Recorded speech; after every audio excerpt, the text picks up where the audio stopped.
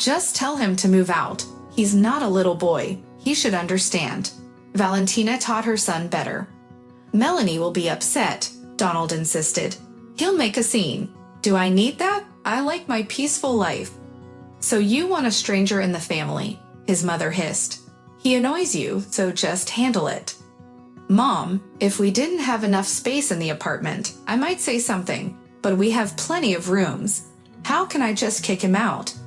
Exactly. That's what I'm thinking. I'll move in with you. What are you looking at me like that for? My pension isn't enough, and your place is spacious.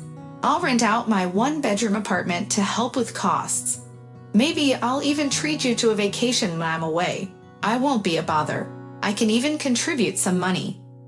Donald pondered for a few days. On one hand, he could get rid of his wife's son, who irritated him to no end. On the other, he'd be bringing his mother into the house. Was it worth it?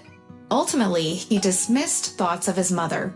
She was closer, baked delicious pies that Melanie never had time for, and kept things in order.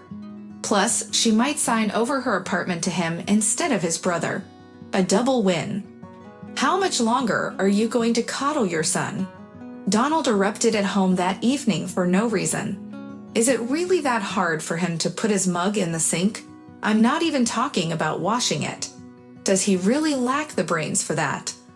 Donald, why are you so irritable today? Melanie replied, ignoring his outburst and looking exhausted. If it's so easy, just do it yourself and leave Michael alone. All he cares about right now is studying. No, I demand that everyone in my house clean up after themselves, he shouted. Actually, this is our home together. In case you forgot, we bought this apartment together, Melanie said, refusing to take the bait. Donald deflated, falling silent. He couldn't come up with any more arguments. Melanie is unyielding, he thought. Always calm, like a boa constrictor. I'll have to go through Michael. The next day, while his wife was out, Donald entered Michael's room. You have a nice room, Michael, he started cautiously, but it could use a little tidying up. What's this? With that, he swept everything off the table and onto the floor before flinging open the closet. And what about here? Is everything in a heap too? In an instant, Donald had sent the items crashing to the floor. Uncle Donald, what do you want? Michael replied, mirroring his mother's calm demeanor. We need to keep things organized. I'm tired of living in a pigsty. Michael stood up, shoved the pile of clothes back into the closet, and tossed the notebooks and books from the floor onto the table in another heap. I have exams to study for and a job to prepare for. I don't have time for this. Besides, I'm a creative person. A little mess is part of the process. This is my house, and you'll follow my rules, Donald yelled. Uncle Donald, Michael's even tone only served to irritate him more. You're nobody to me. My mother and father support me. Part of this apartment belongs to my mother. Why should I listen to you? Are you really being this rude? Donald couldn't contain himself and raised his voice. I'll teach you to respect your elders. I couldn't teach my wife's son a thing. Just then, Melanie came home early from work. What happened? She asked, looking worried. You should ask your husband. Michael mumbled, offended, and slammed the door behind him, locking it so no one could enter without knocking. What was that about? Melanie exclaimed. Why are you bothering him? What's wrong with that? We live in the same house. Don't I have the right to discipline him? He has a father to raise him. So let him live with his father. What's he doing here then? We've discussed this 1,000 times. Michael lives with us because I want him to, and his father contributed money for the apartment, in case you've forgotten. What did he give us? Mere pennies. He dumped a troubled child on us, and that's it. It doesn't matter. Michael isn't the problem. You're the one coming to him with your issues. His room is a mess. Someone has to clean it. Melanie waved her hand at her husband and went to tackle some housework. She disliked arguments and preferred to communicate directly. Yet now she sensed that Donald was hiding something from her. His anger at Michael wasn't just a random outburst. With no one else to turn to, Melanie decided to call her aunt. "Melanie, is everything okay? You don't usually call for no reason." "Yes, Aunt Lisa, something did happen." Donald got angry with Michael. "I told you right from the start that the child would feel uncomfortable, and that your new husband might not love him. Why are you complaining now? It's something different. Before, he didn't bother with Michael. He barely acknowledged him. Now it's like he's lost his mind. Something must have happened, but Donald isn't saying anything." "I see," her aunt chuckled. "Did your husband mention anything about your mom?" "No, what does she have to do with this? Valentina is an adult and a very polite woman. At least I have that going for me." "Exactly, and I was just thinking where I'd seen her. Oh, I remember. She came to my wedding. Valentina visited me the other day." "Why?" "Melanie, why do elderly people visit me?" "I don't know. To discuss their wills." "Did she leave a will?" "No, I was just asking. But it seems to me that your Donald is feeling anxious about it. I suspect his mother informed him about something. And you know what? She's not as polite as you think." Melanie struggled to reconcile Donald's complaints about her son with the mention of a will. Finally, she came to a conclusion. Donald is worried that his mother might leave the apartment to someone else. That's why he's acting out. I need to talk to him. "Donald, I understand you're a bit upset about what your mother thinks, but you shouldn't take your frustration out on others." Melanie tried to speak softly and kindly. "What's he thinking about?"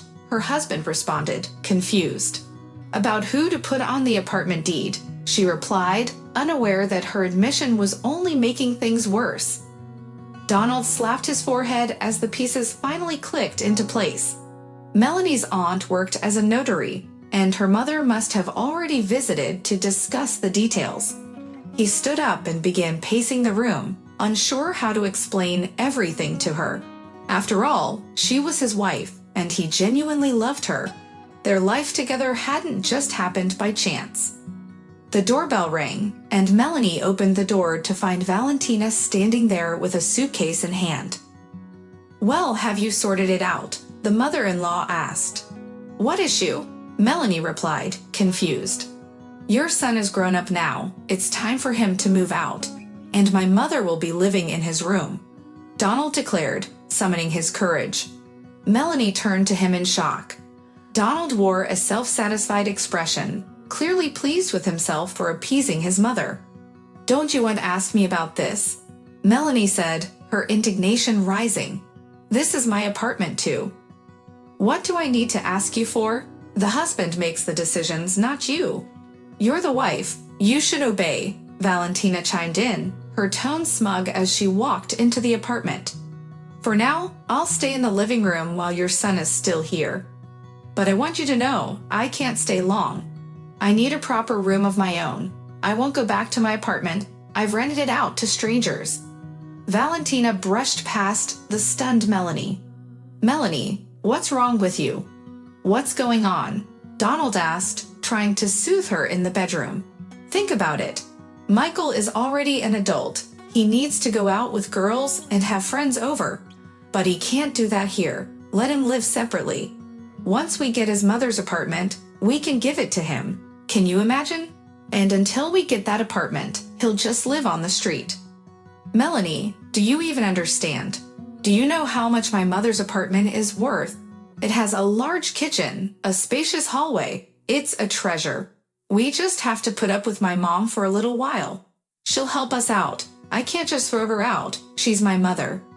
Melanie simmered silently with anger.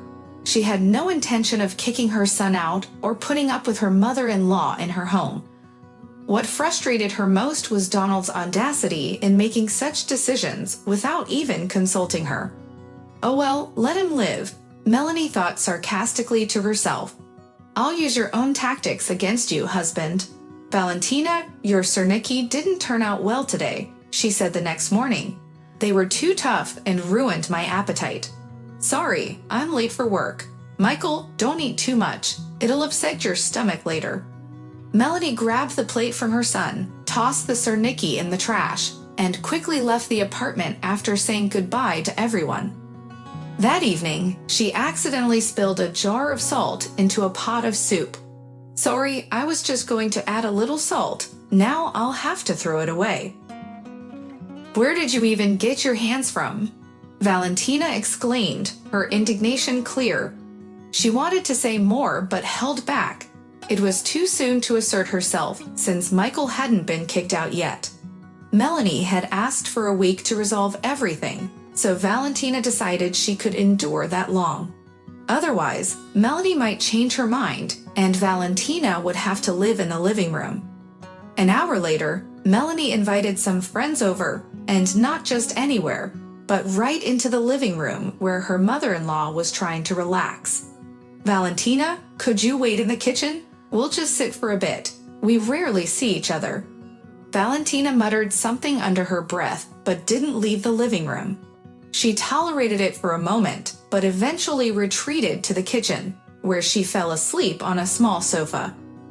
When she woke up, her back ached, and it was morning. Time to make breakfast. "Valentina, how could you confuse salt and baking soda?" Melanie said, trying to suppress a laugh. She had mixed them up on purpose the day before. Valentina was already counting the days and scolding her son. "You need to rein her in. How much longer do I have to dance to her tune?" "Mom, Melanie asked for a week. I understand her. She can't just throw her son out on the street. He'll be gone soon. He's waiting for a transfer from Michael's father." "How about I give you some money?" her mother suddenly offered. "How much do you need?" They immediately turned to Melanie. She kept her cool. 50,000. "For what?" Valentina asked, surprised. "Well, that covers the rent for the room and the deposit. We need to buy some small furniture." "Don't worry, Valentina. My ex-husband will transfer the money in a week, and Michael will move out right away." "What do you mean in a week? There are only 3 days left." "My ex-husband's salary is a little late, so we'll just have to be patient a bit longer." No, I'll transfer the money to you now, and you can pay him back later." Melanie nodded, feeling relieved. That was even better. "Melanie, I transferred the money to you. Why is Michael still here?" Valentina brought it up during breakfast, which Melanie had managed not to spoil. "The financial issue was resolved yesterday." "Don't worry, Valentina will be moving out before lunch today," Melanie replied with a broad smile. "To ensure you have some time to relax, I even paid for your spa treatments for rejuvenation. Here, take this, go now, and when you return, you can move into the room." Valentina hurried to get ready, asking Donald for a ride as she left. However, it turned out that the treatments hadn't actually been paid for. Melanie had lied. Valentina had to cover the cost herself. When she returned, the apartment was empty. Thrilled, she immediately moved her things into the spare room and prepared a festive dinner, but Melanie never came home for the meal. "Where is your wife?" Donald asked, glancing around. He took out his phone and dialed Melanie's number. "Melanie, where are you? We're waiting for you to celebrate." "Sorry, I didn't have time to tell you. I filed for divorce. Half of the apartment is mine, so think about it with your mom. Will you buy it from me or sell it? And tell your mom that 50,000 is the cost of her staying in my half." Donald hung up, stunned. "Mom, she filed for divorce. We'll have to sell the apartment. You should have kept an eye on your wife." Valentina exclaimed in outrage. "Go persuade her, make peace, do whatever it takes." Donald tried, of course, but Melanie was resolute. "Mom, what if we offer your one-bedroom apartment to Melanie in exchange for her half? If we sell this place, we won't be able to buy anything else. I didn't have time to tell you, but I'm having problems at work. I was laid off." "What are you talking about? I don't have an apartment. I initially thought about writing a will, but then I figured, what's the point? So I gave everything to Sam." Donald's head spun when he heard that his mother's apartment had been registered to his younger brother. He realized he'd lost everything because he'd followed his mother's wishes, thinking about inheritance. Meanwhile, Melanie rented an apartment where she and Michael lived. With the money from the sale of the apartment, she bought a small house nearby and moved in. Grateful that she hadn't kicked him out, her son took care of her, supporting her as she started anew.